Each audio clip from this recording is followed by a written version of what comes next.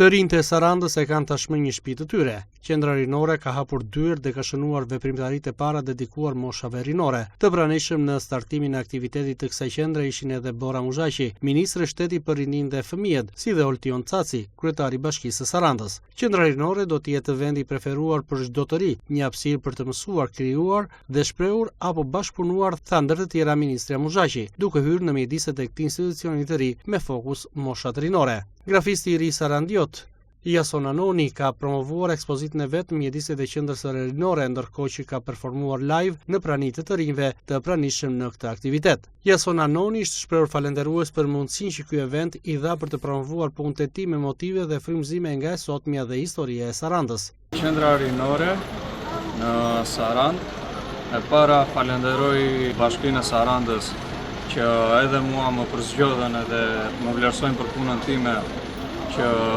të merresha me anën artistike të institucionit. Për më tepër ditën e inaugurimit sot që përfshihet edhe ekspozita me punimet që kam bërë, është një kënaqësi edhe mundësi shumë e mirë për mua që edhe të shpreh mendimet edhe artin tim. Them se kemi bërë diçka të bukur, uroj të funksionojë sa më mirë qendra rinore e Sarandës, të jetë një vend i përshtatshëm, uroj të shkojë sa më mirë. Ekspozita përmban 7 punime, janë të punuara në stilin doodles, quhet, përfshin portrete dhe peizazhe të Sarandës, kanë rëndësinë të qytetit. I kam shprehur ashtu si unë e shoh qytetin. Ndër mjediset më interesante të qendrës rinore të Sarandës janë dhe redaksia e podcast, biblioteka, salla e filmit e takimeve rinore.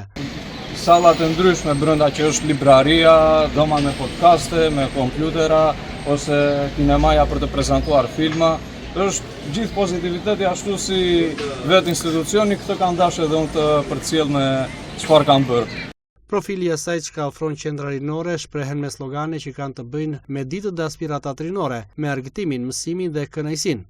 Sloganet që kam përdorë tek fasada janë shprehje e përmbajtjes që qendra rinore do të përcjelli për të rinjt, siç ka domethënë që për edukimin, për evolimin e njeriut, për të ardhmen, për energjinë e mirë, kënaqësinë, mësimin. Ndër veprimtaritë e para të qendrës së sapo promovuar rinore të Sarandës ishte edhe podcasti zhvilluar mes të rinjve dhe ministres Muzhaqi dhe kryebashkiaku të Sarandës. Qendra rinore e Sarandës gjendet në një mjedis buzë shëndetore së këtij qyteti.